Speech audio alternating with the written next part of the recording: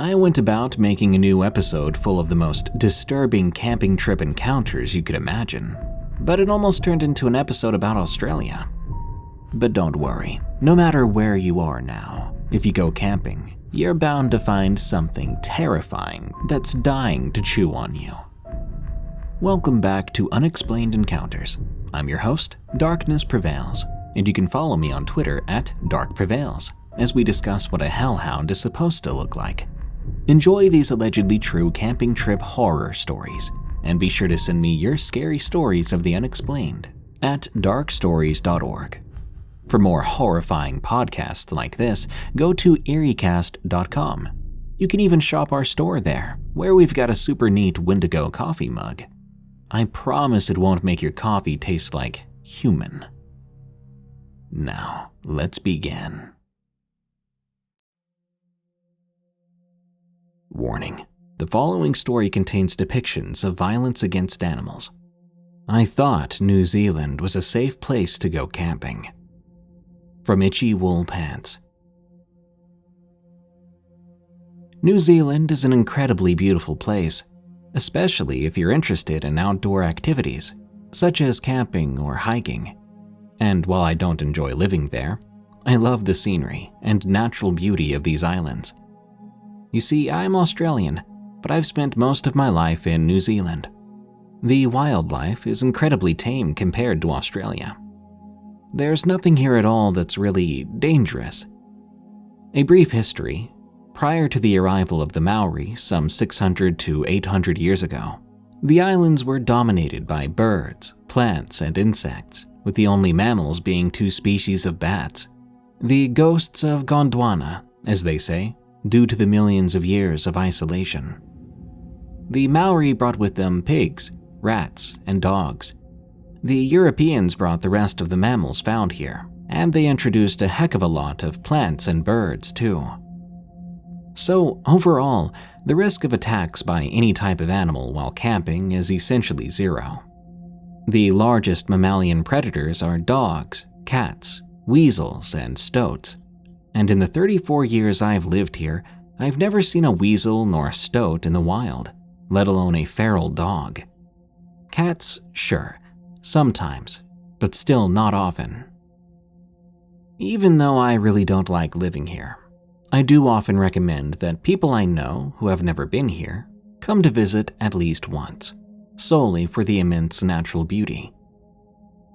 One person who took me up on this offer was a cousin of mine from Australia. We'd only met when we were babies and toddlers. I have a vague memory of meeting her when I lived in Sydney. Must have been around the age of 3. She's a year younger than me, so she doesn't remember that. We connected on social media a long time ago, and we hit it off. She's cool, so when she told me she wanted to come and visit here in New Zealand, I was excited. I planned a road trip around the South Island, which is where I live, Christchurch to be specific. Personally, I believe the South Island is the best island in this archipelago. We were going to have an amazing time, I thought. After her arrival, we spent a night at my house, then set off south, with the first stop being scheduled to be Mount Cook, or Aoraki, in the Gai Tahu dialect of Maori. However, upon arrival, we found it raining, and I wasn't really in the mood to set up 2 tents for us to sleep in the rain. We decided to go farther south, and luckily we found a place that we could set up our tents at for free. And there it wasn't raining. By the time we found this place, it was getting dark. It was near a river and was heavily forested. But with it being New Zealand, the land wasn't supposed to have any dangerous wildlife. So this didn't bother me in the slightest. During the process of setting up the tents, I found that the one I brought for me to use was missing parts, essential for it to be set up. This meant I'd have to share with my cousin. No big deal, we're family, even if it was initially awkward because I'm a man and she's a woman. We got a fire going. We cooked some food and ate. Spent some amazing time under the clear skies talking about pretty much everything we could think of.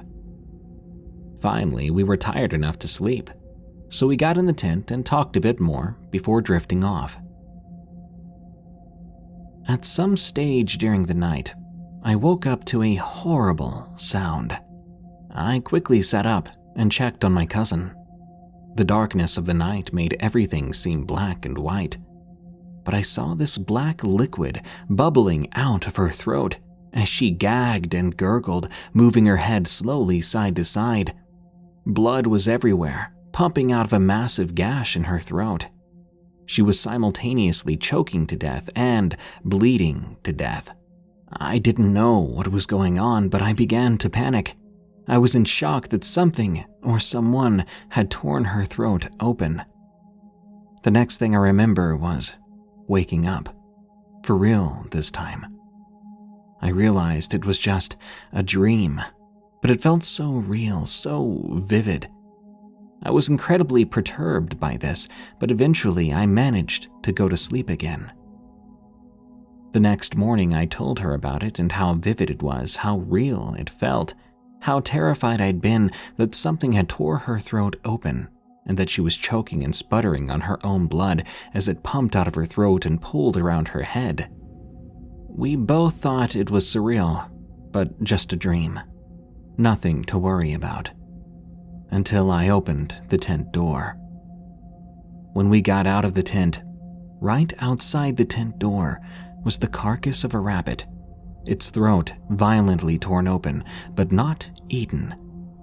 It was like something had made it a mess on purpose and left it there deliberately as a warning. This had not been there the night before. It wasn't there when we went to sleep. As I've stressed, New Zealand is supposed to be safe. There's nothing here that could pose that kind of danger to us. I mean, there should be nothing that would rip the throat out of a rabbit without at least nibbling on the carcass. And to leave it outside the tent like that, as if for us to see, that's just bizarre. I've never experienced anything like that, and I don't even know what it could have been. Perhaps there's something here that humans don't know about. Whatever it was enough to send chills through me that persist to this day, many years later. A series of camping trip horror stories from Chris D. This happened 11 years ago when I was 16. To this day, it sends chills down my spine. I've been camping in some questionable places. I've got many unexplainable stories. However, this one is by far the one that has stuck with me the most. My stepfather Rob and I, during high school holidays in Queensland, would go camping. It was a sort of guy's trip away. Rob has since passed away, but he was always keen to get me into the outdoors, teach me some survival skills and bush knowledge, which I still use to this day. That year's trip, Rob and I were heading way off the beaten track to a place called Kings Junction, a good 9-hour drive from any civilization or phone reception. It was really nothing out of the ordinary from our usual trips, but it was a longer trip than usual. After a long and rather boring drive, from a 16-year-old's perspective, we finally made it to the site where we would set up for the next 6 nights that we were supposed to stay there. Rob and I didn't take long to set up the tents and camp kitchen, so we grabbed our rifles and went for a quick hunt, looking for wild pigs before it got too dark, and before I started to complain about being hungry. As the sun began to set, we headed back to the campsite. We were a bit confused, though, when we got back, finding our tents had both been pushed over. It looked like someone had driven through our campsite running them over. Rob turned to me and said, "Well, looks like we're sleeping under the stars tonight, bud." He always used to try to make light out of a dim situation. I tried to laugh it off with him, but something about this didn't sit right. We'd been camping hundreds of times in places a lot less isolated than this, and nothing, besides the odd stolen shovel, had happened. I pushed the anxiety to the side, carrying on setting our sleeping bags up under some shelter. As nightfall came and our dinner was finished, Rob said goodnight, and he rolled into his sleeping bag. I, however, being 16, not having a healthy sleeping pattern at the time, chose to stay up a little longer, continuing to listen to Rob's slim, dusty records he would bring on our trips. At one point, I checked the time on my watch. It had been 2 hours since Rob went to sleep. He was snoring at his usual level, that of a Mack truck. But I suddenly got the feeling then something wasn't quite right. I felt as if someone was watching us. There was a tree line and a creek about 50 meters away from where we were camping. I grabbed my camp chair and I positioned it so that I had a clear sight of the tree line, specifically the direction from which I felt that ice-cold feeling of eyes watching me. Shortly after repositioning my chair, I began to see movement around the darkness of the base of the trees. I rubbed my eyes and tried to convince myself I was just exhausted from the road trip, just seeing stuff that wasn't there. I turned to grab a soft drink from the esky. As I reached for a can, I heard a voice. Chris, come here. It sounded faint but far away. It sounded like Rob calling me. I slowly raised my eyes, looking up to see Rob dead asleep and still snoring less than a meter away from me. I froze. How could he have called for me? It didn't make any sense. I quickly grabbed my long-range head torch, shining it through the tree line from where I saw those shadows moving. What I saw next will forever be burned into my brain. This figure, it looked like a person who had not eaten for months. It had long, skinny limbs and stood probably about 6 feet tall, with basically just a rib cage for a torso. Its face, I can only describe it as something out of a horror film. It had no lips, it had pure white eyes, it had white foaming drool running down its mouth. I screamed and began to shake Rob awake. "Rob, grab the gun!" I shouted at him. He jumped out of that sleeping bag and grabbed my arm. "What is it? What's wrong?" he asked. "There's something in the trees. I saw it. We have to go." Rob, trying to calm me down, said, "Mate, it's probably just a possum in the tree or something." "I'm telling you, I know what I saw. We have to go," I pleaded. Rob finally gave in and grabbed his rifle and torch. "If I come back and there's nothing there, you're cooking us breakfast," he said, trying to make light of the situation again. As I sat there holding a hammer, thinking that would help me, 10 minutes went by, and I began to really panic. Rob should be back by now, I thought to myself. Shortly after, I heard footsteps quickly approaching. My heart raced as I gripped that hammer tighter. "Hurry up, bud. Pack everything. We're leaving," Rob said, running back into the campsite. "What happened? Did you see anything?" I asked. "This just isn't a safe place to stay. We need to go now," Rob said, trying not to scare me more than I already was. Rob threw everything we'd unpacked back into the tray of the ute and asked me to stay in the passenger seat until he had everything packed up, which didn't ease my fear in the slightest. As Rob finally jumped into the driver's seat and started the truck, which was an old Land Rover Defender, which barely started at the best of times, the engine turned twice and didn't fire. As he went to turn the key a third time, he froze. I saw him look in the direction of the tree line and his face go pale. As my eyes followed his line of sight, there it was, staring at us from the shrubs. Without taking my eyes off the creature, I whispered to Rob, "Rob, please just start the truck." He turned the key, and as the engine fired, the creature took a step towards us. Rob put the truck into first gear. The creature took another step. As Rob took off, flooring it out of the campsite, the creature followed. I turned around to see the creature standing right where I'd been sitting in my camp chair, hunched over, still looking at us as we left through the dust. That night will forever be something I'll have etched into my memory. It's safe to say I've never had any intentions of returning to King's Junction, and camping trips always stay within distance of cell reception. I hope to tell you guys some more of my camp stories, because the Australian outback is a beautiful yet mysterious place. Sometimes the unknown is terrifying. Now, the following is a true story told to me by my stepfather, who says this experience changed his perspective of the dark. I'll tell it from his point of view. I was out on an overnight camping trip by myself. Wasn't anything unusual.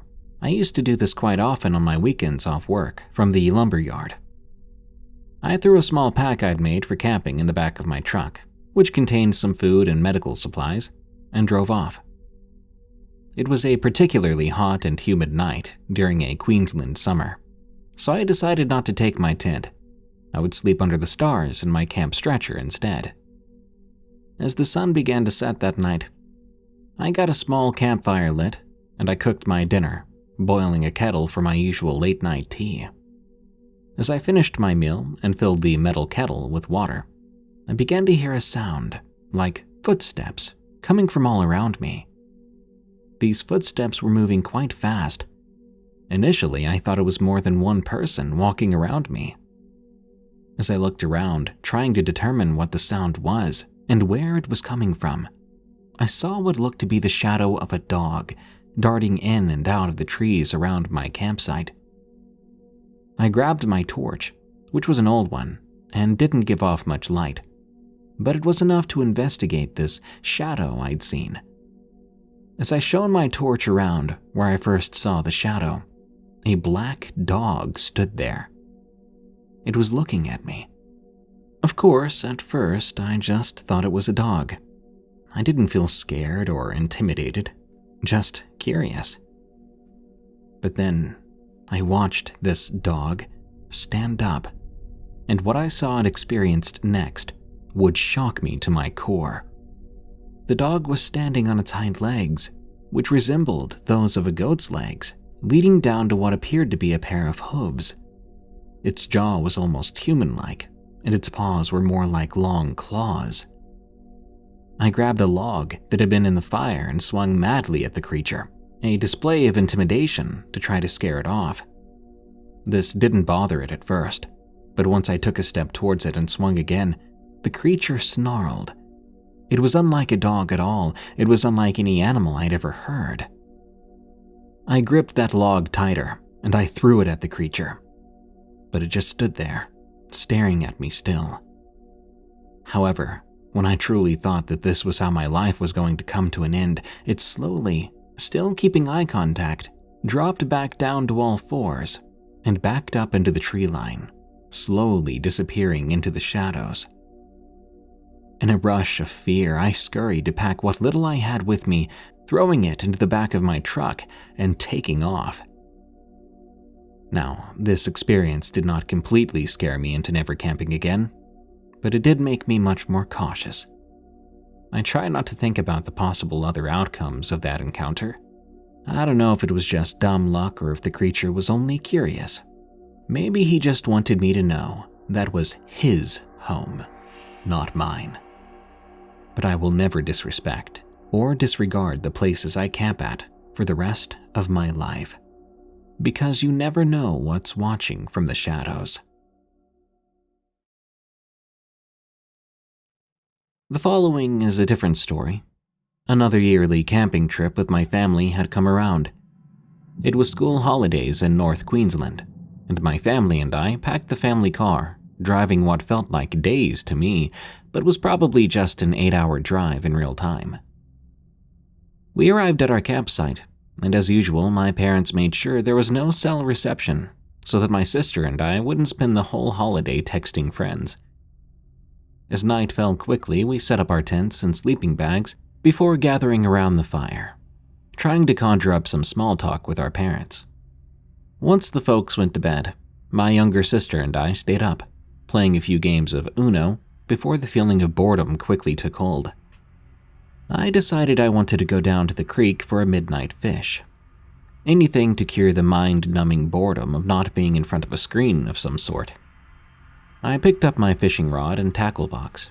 I even grabbed a head torch, and I began to walk out of the campsite. My sister, who's always been the smarter of the two of us, decided to stay put in the safety of the lit camp area. As I got farther and farther away from the camp, a strange feeling began to rise from the pit of my stomach. However, it wasn't terribly strong, not enough to turn me around and abort the mission I was on. I soon arrived at the creek. It was a maybe 150-meter walk in all. I could still see the flickering light from the campfire in the distance. I grabbed my rod and flung the baited hook into the water, waiting for a bite. As I sat there, peacefully but cautiously, awaiting some sort of excitement from the water, I began hearing what sounded like cracking noises, not far from where I'd positioned myself. The feeling of anticipation quickly turned into fear. I scanned my surroundings, expecting to see my sister walking through the shrubs, but she wouldn't have come this far, not without a light. Even so, I called out, "Sis, is that you?" At this point, I started looking around more frantically. The cracking sound was now followed by what sounded like a woman crying. I frantically felt for my head torch's light switch, and I turned it back on, now scouring the area around me with light. The sight I was met with turned my blood cold. In the thickest part of the bushes, I saw what appeared to be a woman. This woman, however, well, she was hovering off the ground. I couldn't even see her legs or feet, just a torso. Her shirt or dress looked shredded. The woman's face was haunting. She had long black hair flowing down the front of her face, a face where I could see no eyes, and there was what appeared to be blood all over her arms. I dropped my fishing rod. The woman then turned to me. I'd never run so fast in my life. I bolted all the way back to camp, the back of my neck turning freezing cold as I did. "Whoa, what's wrong? Where's your fishing stuff?" my sister asked. It broke. Why were you running so fast? You look like you've seen a ghost." I think I was just seeing things. I got spooked." "You're such a wuss," she teased me. I didn't sleep much that night, nor any other night we stayed there, and I sure as heck didn't leave the campsite after sundown. On the drive back, I asked my parents. There wouldn't happen to be a woman or anyone that lives around that area we were camping, right? "No, honey, there's no one around for hours out there," my mom answered. My stepdad added, "I've heard that a woman died in that creek, drowned years ago." My mom slapped my stepfather on the arm. My whole body went cold. That to me was confirmation that I wasn't just seeing things that night. To this day, I have more questions than answers, but I try to force myself not to think about it. The Thing in the Trees, from Ttherazorback. I've been around many animals in my time, both wild and domesticated. I've not seen anything by this description. I've seen tigers at zoos. I've been around wild boars, sows, tree-dwelling animals, possums, flying foxes, anything else with teeth and claws. However, what I saw that weekend was a nightmare. I was a curious young lady, being in my early 30s and still limber after having 2 children. I was still a big kid at heart. I was camping at the time, trying to sleep. Out there you hear a lot of wildlife. Bugs, owls, lizards that make those loud clicking noises that make you want to put a pillow over your face. Dingoes howling in the distance. I was trying my best to doze off, listening to all these sounds, when, all at once, instantly, they all suddenly stopped, like someone had flipped a switch. Before I could even be unnerved by the sudden silence, I started to hear something tearing at the outer layer of my tent, like a Stanley knife cutting through tarp. I armed myself with my hunting knife, mace, and dolphin torch. I waited until the noises stopped, and I waited even longer. Eventually, I exited the tent to see if I could find what had been making the noise. There was blood everywhere. From what, I don't know. I hadn't been hunting that night. I felt sick to my stomach, like I was going to puke at any moment. I turned from side to side, trying to find the source of the blood, wondering if what caused it might still be there. I listened to this rustling in the trees behind me. I was so scared at the moment, thinking something might pounce on me. Then it happened.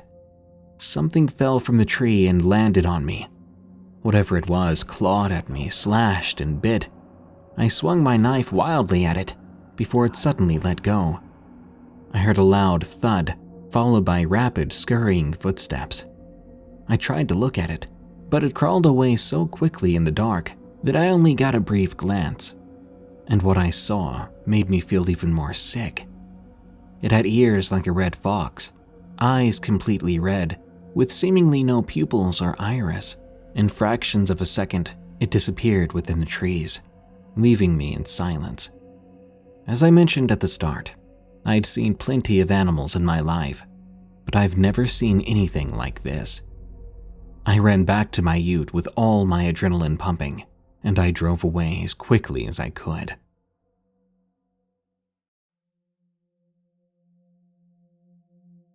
Thing in the Woods.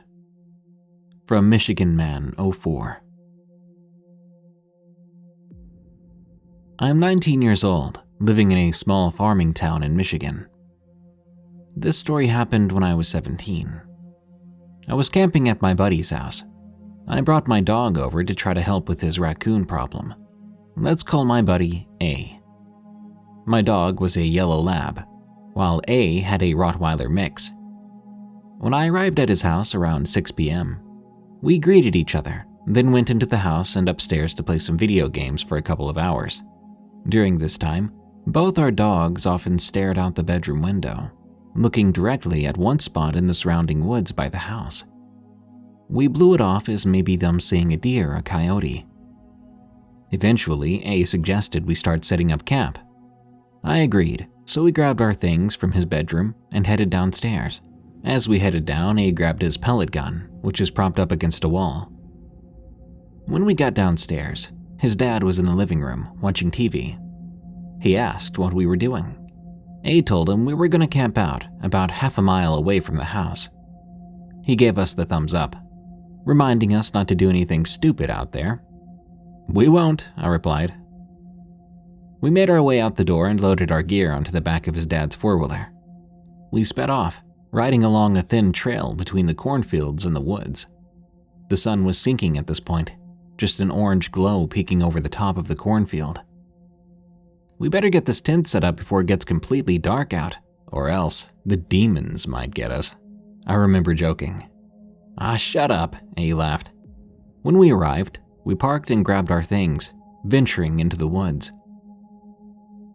A while after that, we had the tent set up, with all our stuff inside. We even had a fire going. My dog was lying by the fire chewing on a stick. A's dog had went off into the woods somewhere. We hung around the fire for a while, drinking Mountain Dew and cracking jokes. A suddenly jumped up from his chair. "Oh, crap," he exclaimed. "What's wrong?" I asked. "I forgot a bunch of stuff back at the house." I volunteered to stay back and keep an eye on the fire while he went to get it.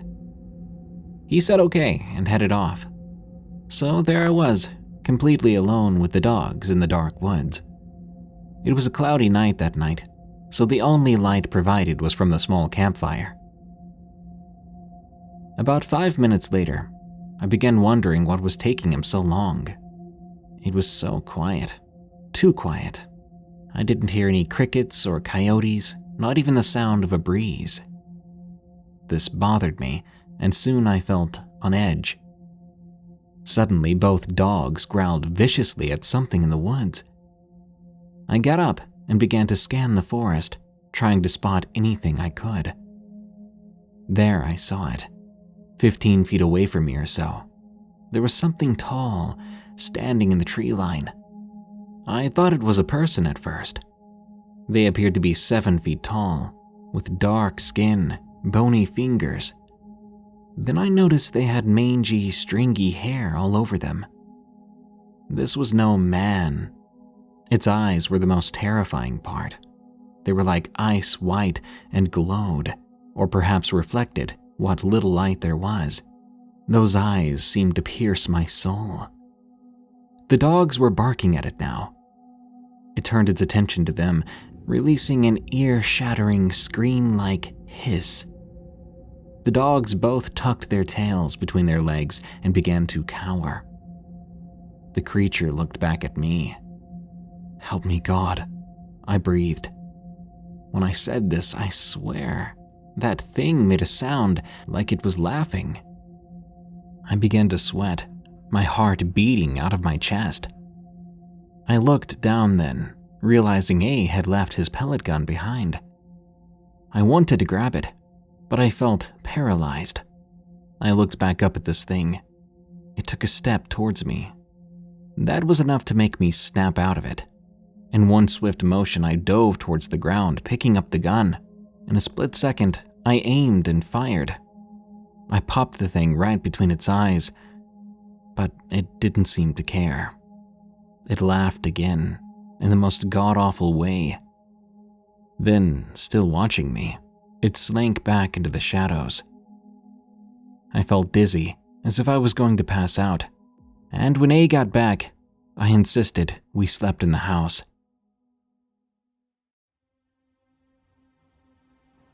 A shadow figure saved my mom's life. From bexrigs. Growing up, my mom had always taught me it's okay to believe that something else might be out there. Like ghosts, demons, aliens. To us, they're all possibilities. From a young age, she told me tons of her true personal experiences with the supernatural and real-life awful people. There's one story that still gets to me, because it involves both. My mom was born in the UK, but between the ages of 7 and 14, she was raised in Australia. At age 7 or 8, her dad took my mom and her 2 brothers, my uncles, for a holiday in a cabin, owned by one of her dad's friends, in the middle of the outback. You need to know how truly isolated this place was. There was no one around for miles and miles. There was a lake on the property, and sparingly few trees, with a bridge that curved over the water. They'd booked to stay there for a couple of weeks. By the end of this story, you'll see why they didn't make it past 10 days. The first few days of the holiday went by. Nothing crazy out of the ordinary happened. But my mom could tell there was something definitely off about the man that owned the cabin. I'll just refer to him as the owner. The owner apparently tended to hang around the kids, my mom and her brothers. He was constantly asking them questions that seemed to get more and more personal and inappropriate as time went on. Though it made my mother uncomfortable, she was raised to be polite, so usually she answered these questions with a smile. After all, she was only 7 or 8, so she barely knew any better. Bear in mind, this was whilst her dad was not around. He was usually around the property somewhere. Now, he was a good dad. He wouldn't leave his kids unattended. And the owner was his friend, someone he thought he could trust. So he didn't mind leaving the kids with him, as they knew each other well. It's worth mentioning that this story was from the 60s. Parenting was much different back then. As the days wore on, the owner started to get a bit too close for comfort in my mom's eyes. While he liked her brothers just as well, he seemed to take a particular liking to my mother. Again, she was almost 8 years old, and he was a fully grown man. His comments towards her turned more and more creepy. Naturally, my mom started to fear the owner. She wanted to say something to her father about it, but she worried he would just think she was being silly. One fateful night, her fears became reality. When her dad was in the bathroom getting ready for bed, and her brothers were already tucked in, the owner took my mom aside in the dimly lit hallway, grasping her arm. He said the following to her: "Meet me on the lake bridge at midnight tonight. If you tell anyone where you're going, especially your daddy, your brothers won't make it to see the sunrise." Mom told me that was the first time she had ever been frozen from fear. Not knowing what to do or say, she simply nodded, tears in her eyes. She ran off to her bedroom that she shared with her brothers. Midnight drew closer and closer. Mom hadn't been able to get a wink of sleep. The moonlight was the only source of light shining in through the windows in front of the beds. She didn't tell me much about how the room looked, only that there was this big clock hanging on the wall, ticking and talking, and she couldn't stop staring at it. She was so scared, thinking of all the possible outcomes. What would happen if she didn't go? Or the scarier, what would happen if she did? It was then that Mom's eyes transfixed on something she'd only ever read about in stories. A shadowy figure stood directly at the end of the bed. For a brief, fleeting moment, she thought it was the owner, but realized quickly that it couldn't have been, because she could see the window behind it through the figure. Mom said it was unclear to tell whether this shadow figure resembled a man or a woman, just that it was simply there, and she was very frightened.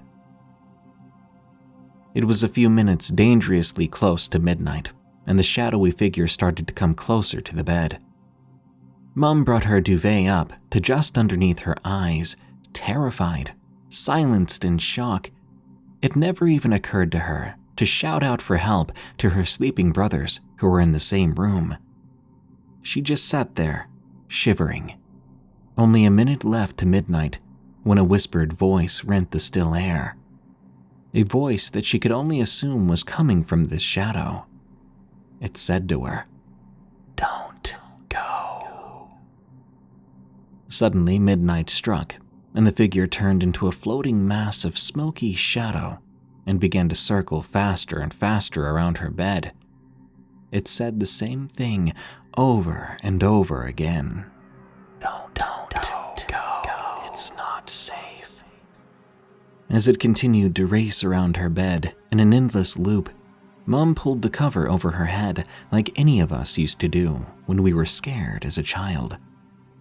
She stayed there until eventually it stopped. She didn't move all night. She never left to go and meet the owner. The rising sun inevitably shone through the window, giving my mom the courage to unveil herself from the duvet.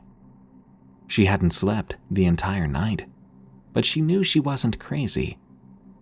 With the comfort that the morning had finally arrived and hearing her brothers quietly snoring, she shot out of bed and ran to her father's bedroom to wake him. She told him everything, from the way the owner had been talking to her and her brothers, to the owner asking her to meet him late at night, even the shadowy figure that stopped her from leaving the room. She didn't care that she sounded silly. All she knew was that she was terrified and that she needed her dad. Luckily, her dad didn't need any more convincing than that. He believed her. That was the kind of dad he was.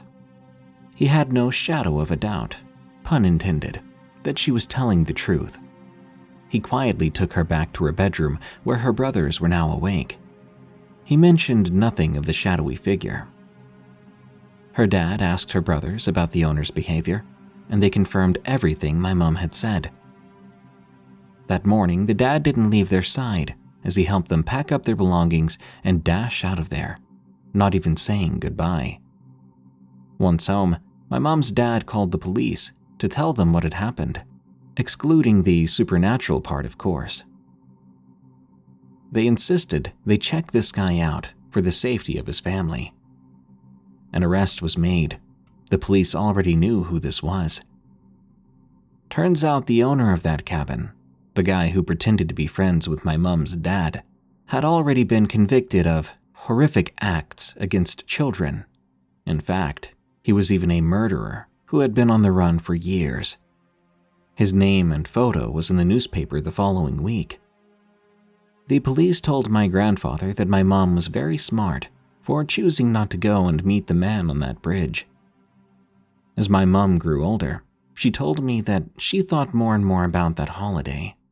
How if that shadowy figure had not appeared in her room that night, scaring her to stay in her bed, she may have never left the Australian outback alive. Encounter with an unknown cryptid in the woods of New Mexico. From phoenixEnjoyer.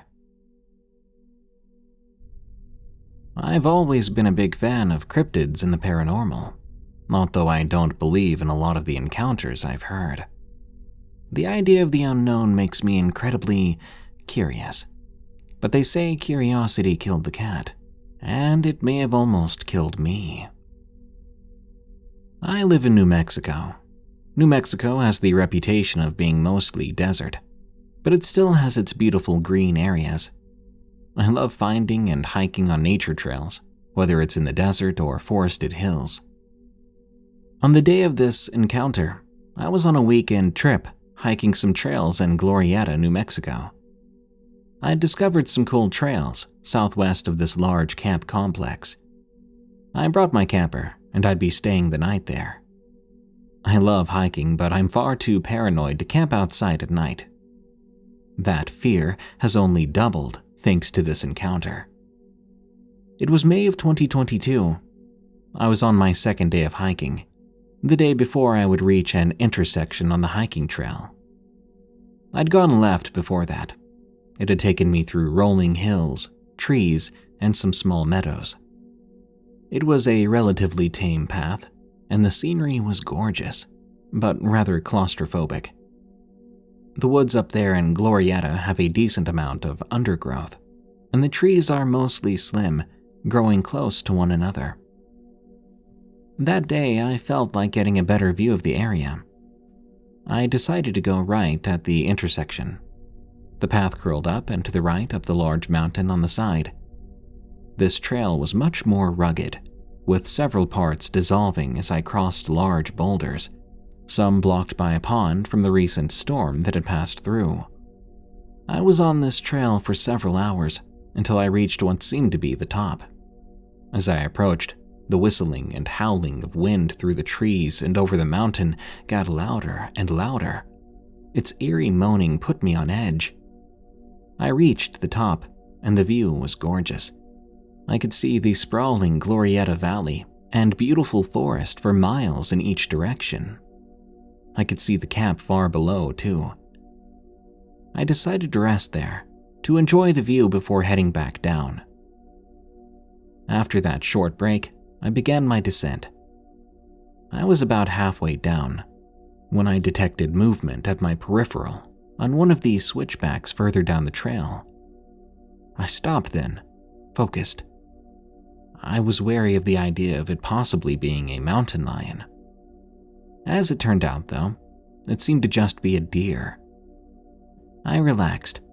I was about to continue my journey when I heard a monstrous crackling noise coming from the direction of the deer. I glanced over in time to see something massive fall from a thick tree onto the deer. My curiosity was piqued, just as much as my adrenaline. This creature was the most bizarre thing I'd ever seen in my life. It was massive. From what I could tell, it was about the size of a moose. Its shoulders looked to be at least 8 feet off the ground. Its skin looked identical to the light brown tree bark of the trees in the area. Its body structure reminded me heavily of the mutos, those massive bug creatures from Godzilla 2014. It had these huge appendages splayed out in front of it. Its body was at an angle. Its rear rested on two smaller, bulkier appendages. Its forearms were the most prominent feature. They were held out in front of it like a praying mantis, except they were touching the ground while extending up to its head. They seemed to have 3 joints with curled tips at the end. They were broad, I'd estimate around 1.5 feet wide. Their ends were withdrawing from the crushed carcass of the deer, which was now twitching on the ground. Its back legs were like a mountain lion's. Each had 4 long digits with bird-like claws. These digits and claws all closely matched the width of its leg. Its face was the most horrendous part about it.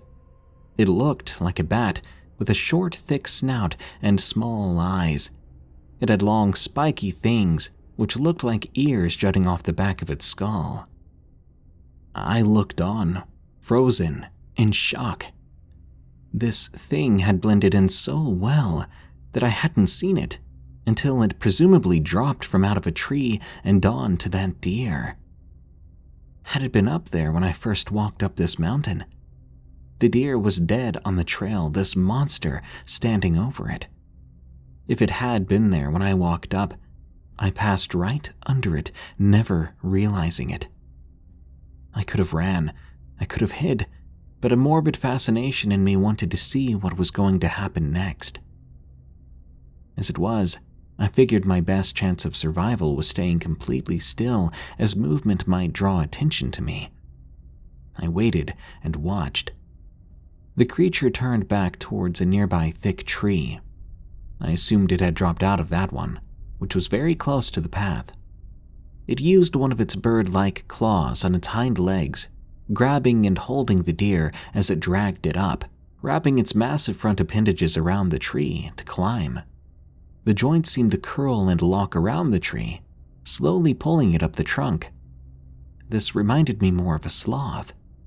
You know, how they grab around branches with their rounded claws, pulling themselves up one arm at a time. That's exactly what this thing seemed to be doing, but its entire front appendages were gripping the tree trunk.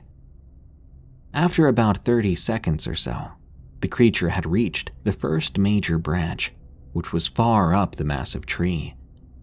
If I had to guess, I would say it was around 3 stories up at least. It then wrapped those huge front appendages around the branch and hung right side up. It brought the deer up to its mouth, curling its whole torso and holding it steady with its claws. I couldn't help but wonder how strong its abdomen was to do that. I just stared at it, not sure what to do. I probably stood there for about 10 minutes, frozen and watching this thing slowly devour its meal. To my surprise, it also ate the bones of the poor deer. By the time it was done, there was really nothing left of it. It repositioned its front appendages around the branch, once again reminding me of a sloth, rather than a hanging monkey or something.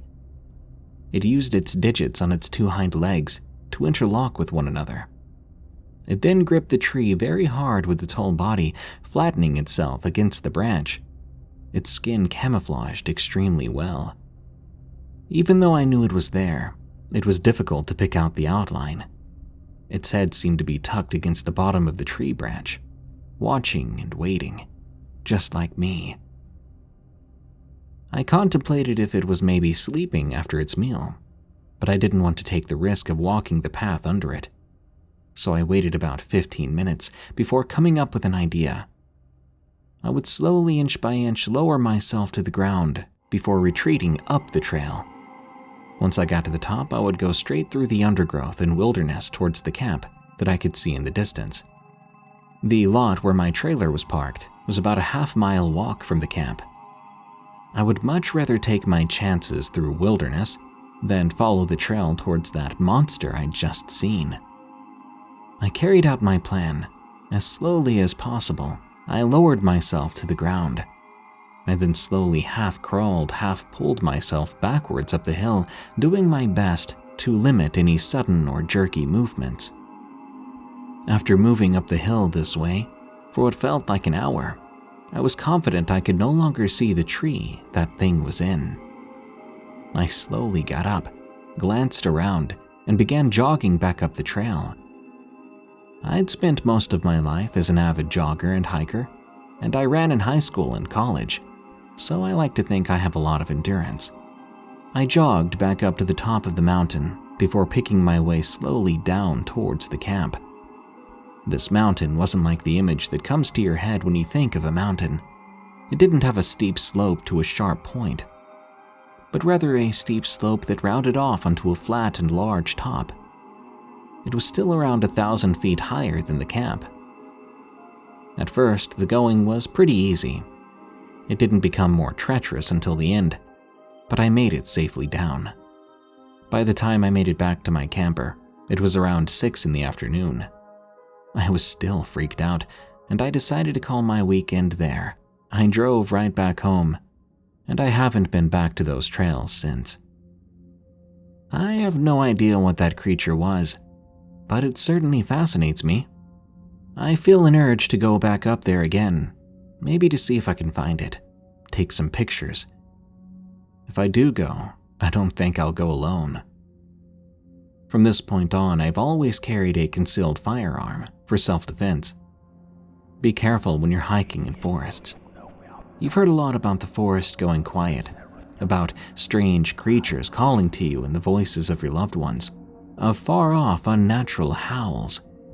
But at least, in those scary situations, you're given a warning. You've got time to react. But when you hear the breaking branches of something massive above you, the whooshing sound of air followed by the crushing of your body under the weight of a monster, there is no time to react. You'll be dead. Stay safe out there, and happy hiking. Figure in the Woods. From Anthony, 1997. This happened a few months ago, at the time of writing this, when my buddy and I went camping at Big Hill Pond in Tennessee. The two of us hadn't hung out in forever, so we decided to go on a camping/fishing trip for the weekend. I woke up Thursday morning, packing my backpack along with some drinks, kissed my wife goodbye, and loaded up all my stuff in my buddy's truck. We headed out, the whole time joking about some ghost stories, some supposed paranormal occurrences we've experienced, comparing them to see whose was scariest. When we got to the campsite, we were the only ones on that side of the park. We set up our tent and we went fishing. We stayed out fishing until around 7:30 to 8 p.m. We then headed back to the campsite, joking and laughing about something or other. When we made it back, we cleaned the bass we'd caught and started getting ready to cook them. Suddenly, a man walked by. He asked what we had to eat. I told him we were fixing up some bass. I asked him if he wanted to sit and drink and eat with us. The man looked tired, as if he'd been running, which isn't unusual. It is a campsite that has a trail for jogging. He agreed. We ate and drank, and before long he stood up, thanked us, and said he was going to get back on the trail, that he appreciated the hospitality, saying you don't find much of that anymore. My buddy, trying to be funny, said, "Don't let a Wendigo get you, bro." The man turned to him wide-eyed and replied in a harsh, loud tone, "You should never say that name. Never joke about that thing." He proceeded to power walk away. I looked at my friend and died laughing at him. We began to clean up around 10:30 p.m. I got into my tent after that, and my buddy said he was going to stay up a bit longer. I fell asleep almost right away. The sound of the woods was so calming. At some point in the night, I woke up to the sound of shuffling around my tent. At first, I was startled, but then I remembered my buddy said he was going to be awake still. He was probably just trying to scare me. I smacked the side of the tent and yelled at him, "Dude, knock it off before I use you for bait tomorrow." It stopped immediately after that, and I chuckled, rolling back over. I then said, "Ha, guess you're scared of me, huh?" I then heard the shuffling sound begin again, going back towards the woods, right behind the tent. I opened my eyes, and I almost broke my neck trying to sit up so fast. Because right when I opened my eyes, right in front of me, someone was pressing their face against the tent wall. After thinking about it, I sarcastically said, "Real funny, dude." The face pulled away. After that, I didn't hear anything again. The next morning, I told my buddy, "Since you want to try and scare me, you can cook breakfast today." He replied, "What are you talking about?" "I know it was you shuffling around my tent, pressing your face into it, trying to freak me out." My friend looked at me wide-eyed and said, "Bro, I ended up going to sleep right after you did." I was shaken then. I went looking around my tent. There were bare footprints all around it. I looked at him, and we both decided we were leaving before whoever did this got brave. Who knows what they might do if they came back the next night. As we were leaving, the man from the night before was standing in the woods across from the tents. He was smiling and waving at us. My buddy and I looked at each other and got out of there fast. This may not be the supernatural story you're used to, but sometimes people can be scarier than anything paranormal. Close Encounter in Cunningham. From Huddy Buddy. This story happened about 3 years ago. I was 23, and I was with my two best friends, Mike and Logan. We decided to go camping at this place called Cunningham State Park. I'm from Maryland, and Cunningham was the go-to camping place for me and my family since I was little. I'd always heard stories about the Maryland Goat Man, but I never believed them. We decided it was going to be a 4-day camping trip. We arrived on a Thursday afternoon and set up camp. We each had our own tent. Mike had a small 2-person tent, while Logan and I both had our 5-person tents. Now, where we were was not at the regular campsites. It was kind of a forbidden place in the middle of the park. On the first night, nothing happened. On the second day, we went into the town nearby, spending the entire day there. We came back to the campsite at around 6 p.m. We made a fire then, and at one point Josh said he was going to go take a leak. He went off, but about 30 seconds later, he came running back into the campsite, screaming. "What the heck happened, dude?" Mike asked, confused. "There's something out there," Josh replied. "Wussy," I said. "Probably just a deer or a black bear." He went back to his tent. Mike and I stayed up a little later, but eventually we went to sleep. In the middle of the night, I think around 3 a.m., I heard something moving around outside my tent, but I ignored it and tried to go back to sleep. I woke up at 7 a.m. after that. I made some breakfast. My camping buddies and I went hiking for the entire day. Most of the hike, I felt like something was watching me, but I just brushed it off. We made it back to camp at 4 p.m. We sat around the campfire for a while. At around 10 p.m., we all crawled into our tents. At about 2 a.m., I heard Mike from the other tent unzip his tent. "What the heck?" I heard him say. I then heard a loud screech coming from the woods. I grabbed my handgun, loaded it, and walked outside. "What was that?" I was about to say, when I saw something moving in the trees. I heard the screech again. This time Josh came from his tent. "Grab your shotgun," I told him. He did, no questions asked. When he came back, something jumped out of the woods. It was holding an axe. Whatever it was especially hairy too. It didn't look like a man. Something was wrong with its legs. Mike and I fired in a panic, and without reloading, we ran back to the truck. We made it back and sped off. I turned around at one point and saw it standing there. I say it because I don't think it was a man. We immediately called the police. They went back there, found all our stuff thrashed and destroyed. There was no body, but there was some blood. The cops said they did hear screaming, though. It's been about 3 years since this, and I still have nightmares about it.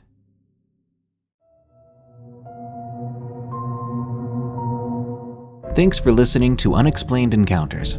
If you enjoyed the show, you can support us in a number of other ways. You can go to eeriecast.store to buy some creepy t-shirts or coffee mugs. Go to eeriecast.com to listen to and follow this show and our other scary podcasts on your favorite podcasting app, or follow me on Twitter @DarkPrevails for more screams and memes. Before I go, be sure to send me your scariest stories of the unexplained at darkstories.org. Until next time, stay safe out there and stay creepy, because this world is a strange one.